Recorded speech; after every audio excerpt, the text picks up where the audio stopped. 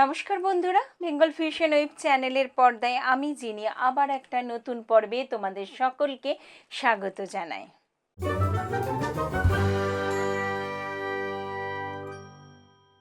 আজকে আমি তোমাদেরকে বলবো একটা মজাদার কথা, সেটা হলো আলুর খোসা।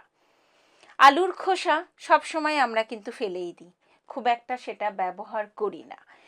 এই আলুর খোসা কেন ব্যবহার করা উচিত, এর মধ্যে কি এমন গুণ লুকিয়ে আছে, আর কতটাই বা আমাদের শরীরের জন্য উপকার দেয়, সেই কথাই আমি তোমাদেরকে শোনাবো।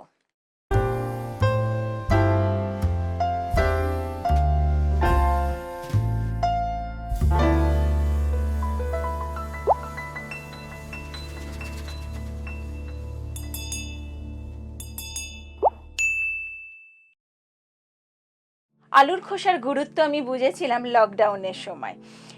এই কথা বলতে এতটুকু অসুবিধা নেই যে লকডাউনের সময় সত্যি প্রত্যেকটা জিনিসই মহামূল্যবান হয়ে উঠেছিল, যেটা হয়তো অন্য সময় খুব একটা গুরুত্ব দিতাম না।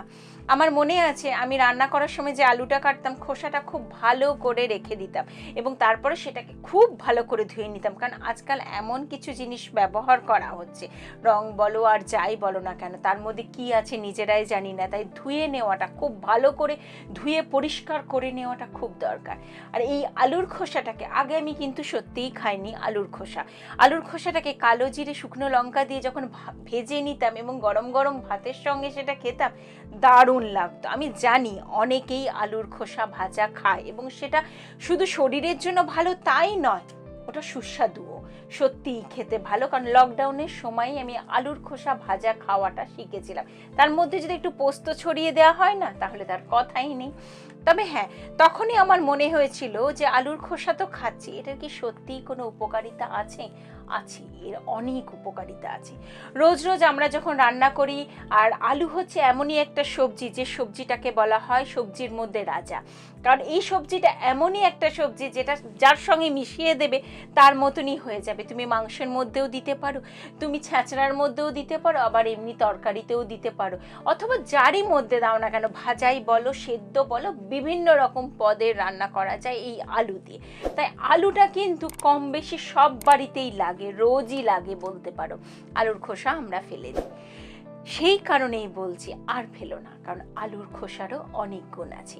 এর মধ্যে যেমন ক্যালসিয়াম আছে, তেমনি সেরকমভাবে ম্যাগনেসিয়াম আছে, পটাশিয়াম আছে, ফলেট আছে, তোমার তামা আছে, দস্তাও আছে, এমনকি ভিটামিন B3 আছে। তাহলে বুঝতে পারছো আলুর খোসার মধ্যে কত কিছু আছে।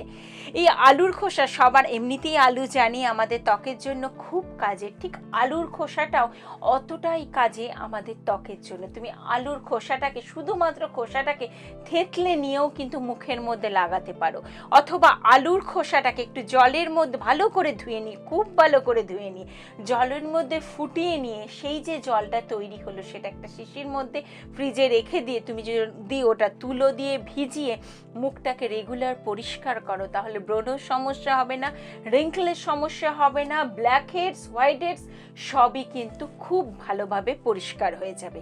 এ তো গেল ত্বকের জন্য ভালো, তাহলে শরীরের জন্য অনেকখানি কাজ করে। যেহেতু এর মধ্যে আছে ক্যালসিয়াম এবং ম্যাগনেসিয়াম, তাহলে বুঝতেই পারছো হাড়ের জন্য ভালো। দুটোই হাড়কে ভালো রাখতে একদম দারুণভাবে কাজ দেয়।